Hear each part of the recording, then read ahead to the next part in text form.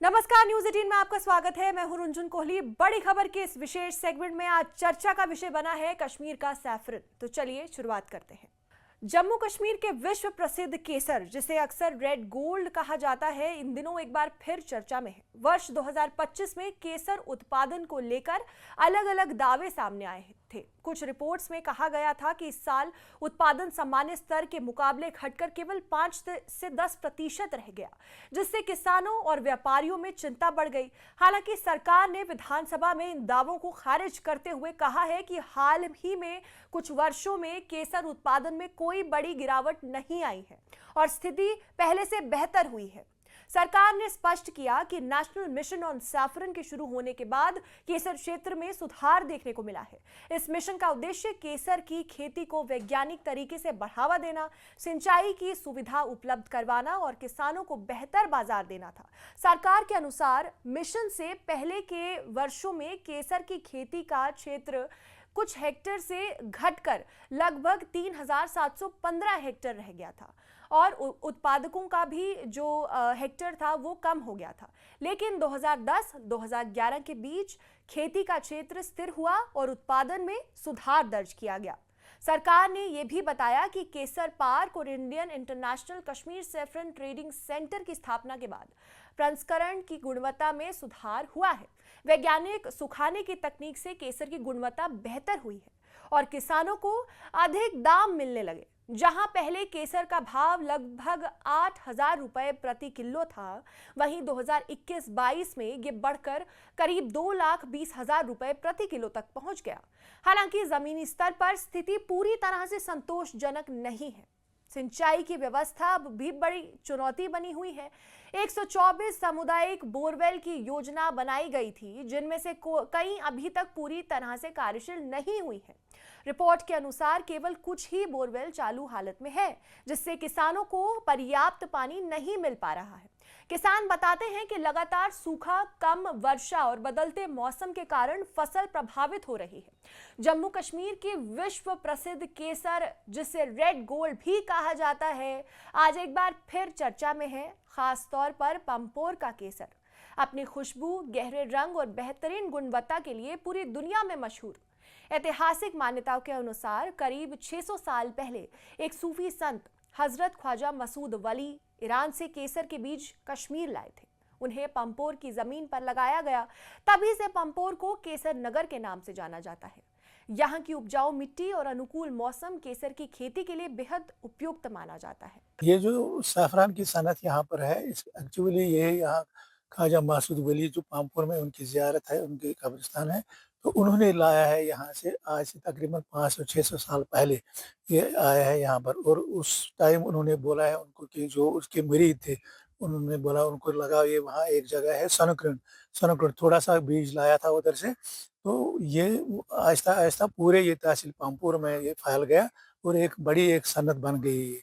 लेकिन उसी ख्वाजा एक रिवायत ये है कि ईरान से लाया, लेकिन दूसरी पता नहीं है कि किस तरीके से ये आया। लेकिन आम रिवायत ये है कि वो ये ख्वाजा मासूद वली साहब ने ये यहाँ पर लाया और यहाँ पर इसकी काश्त शुरू हो गई। थोड़ा बहुत बीज लाया था और यहाँ अभी पूरे ये तहसील पामपुर में फैल गई। पामपोर का केसर न केवल देश के बाजारों में बल्कि अंतर्राष्ट्रीय स्तर पर भी अपनी खास पहचान रखता है। ये स्थानीय अर्थव्यवस्था की रीढ़ माना जाता है और हजारों परिवारों की आजीविका इससे जुड़ी है। किसानों का कहना है कि ये फसल सिर्फ एक व्यापार नहीं बल्कि उनकी सांस्कृतिक विरासत का हिस्सा है। पंपोर, जिसे पंपोर केसर नगरी के नाम से भी जाना जाता है, किसानों ने पिछले वर्ष उत्पादन में भारी गिरावट की बात कही। पिछले कई सालों से पामपोर का ये पुराना उद्योग क्लाइमेट चेंज की वजह से बुरी तरह से प्रभावित हुआ। बारिश का अनियमितता, बढ़ता तापमान और सूखे जैसे कारणों से केसर का प्रोडक्शन कम हो गया।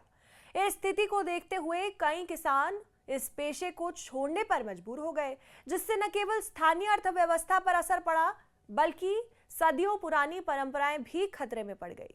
400-500 साल पहले आई थी और आज तक चल रही है। आज थोड़ा इसका थोड़ा ज़वाल ही हुआ है। पिछले कई सालों से ये जो क्लाइमेट चेंज हुआ है, इस सनत को थोड़ा बहुत पीछे गई है काफ़ी ये।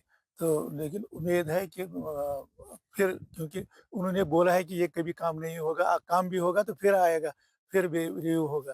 तो इंशाल्लाह उम्मीद वही है कि गवर्नमेंट ने भी कुछ इक़दामात उठाए और हमें भी ज़बरदस्त इसमें इक़दामात उठाने हैं, तभी इस सनत को हम बचा सकते हैं।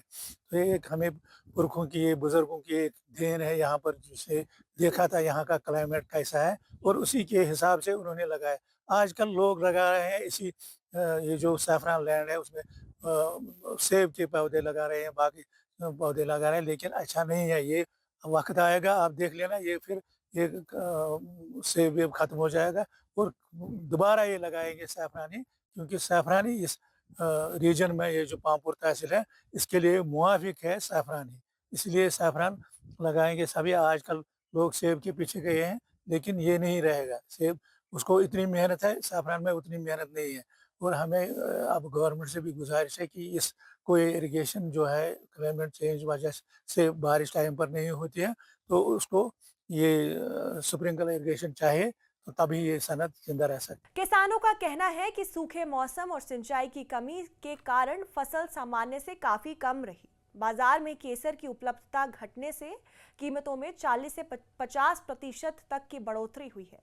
पिछले साल 1 ग्राम केसर लगभग 200 रुपए में बिकता था, जो अब 250 से 350 रुपए तक पहुंच गया है।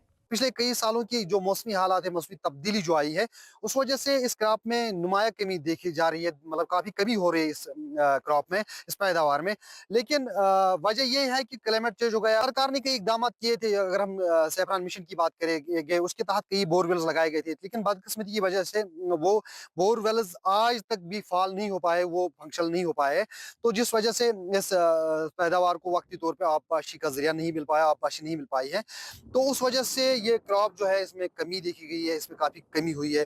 तो बहुत सारी और भी कई सारी वजूहात हैं, लेकिन सरकार को भी चाहिए कि वो भी इस तरफ तवज्जो दे और किसानों को भी चाहिए कि किसान भी आगे आएँ और वो भी ये ना सोचे कि सरकार नहीं कर रही है, हमें भी करना चाहिए, हम किसान हैं, हमें भी करना चाहिए और सरकार को भी करना चाहिए। मिल-बाँट के जब हम जुलकर जब हम ये काम करेंगे, तो ये जो रिवाइव जो जो ये सैफ़रान सनत यहाँ पे अपनी अफ़ादियत खो रही है, जो सब मतलब खस्ताहाल हो रही है, तो ये फिर से बहाल हो सकती है, इसमें फिर से रौनक आ सकती है। विशेषज्ञों का मानना है कि यदि सिंचाई व्यवस्था मजबूत की जाए, महत्वपूर्ण बीज उपलब्ध कराया जाए और खेतों की नियमित निगरानी हो, तो केसर क्षेत्र को स्थिर और टिकाऊ बनाया जा सकता है।